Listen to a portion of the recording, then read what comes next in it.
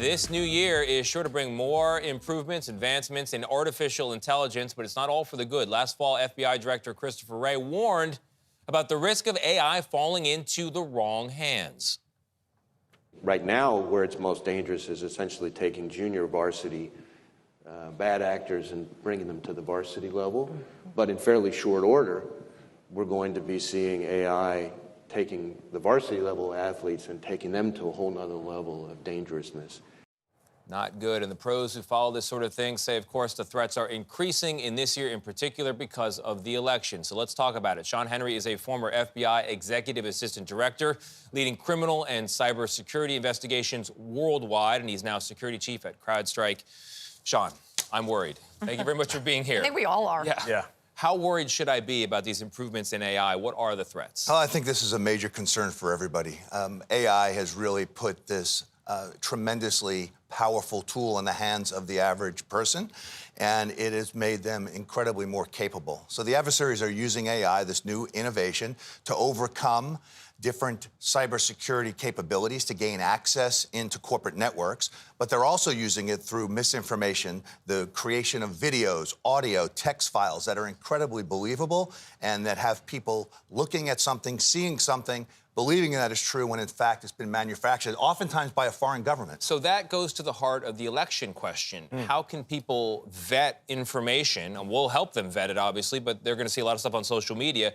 Vet what they're seeing related to the election. You know, people always have to look at the source of information. You can't just look at something and accept it as true. You've got to verify where it came from. Who's telling the story? What is their motivation?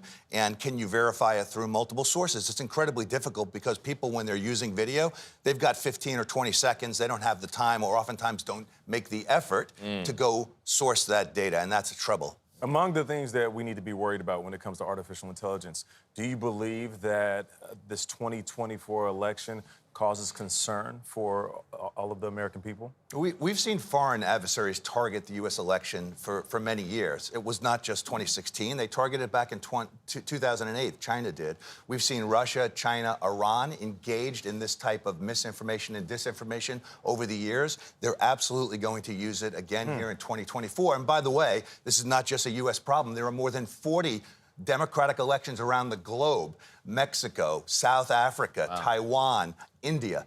Democracy is on the ballot. Democracy is going to be challenged globally. Wow. Well, you know, we as journalists have to source things and look at things, but I don't know that the average American knows how to do that. Can you just describe for people what they should be doing to source the information? I think it's looking at where the information is coming from. Is it a valid media outlet? Who's the person? Is there a particular objective that somebody might have? Is it coming from a political party? Is it coming from an independent source? You're right. The average person doesn't have the full background to do that.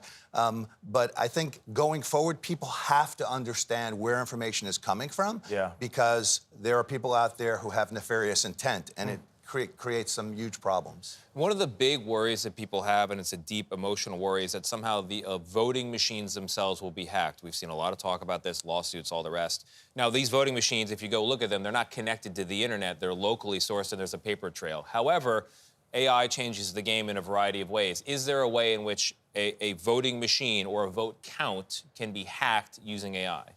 So AI, again, provides a very capable tool in the hands of people who might not have high technical skills. They can write code, they can create malicious software, phishing emails, etc.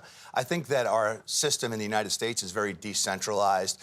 There are individual pockets that might be targeted, like voter registration rolls, etc. I don't think from a voter tabulation problem at a wide scale to impact an election, I don't think that that's a major issue. That's great. I like to hear that. Also, decentralized is one of my favorite words. It's just basically chaotic mess. Is what you mean. Like, sometimes my parenting is a bit decentralized. Sean, we appreciate you. Thank you so much for having me. I appreciate it.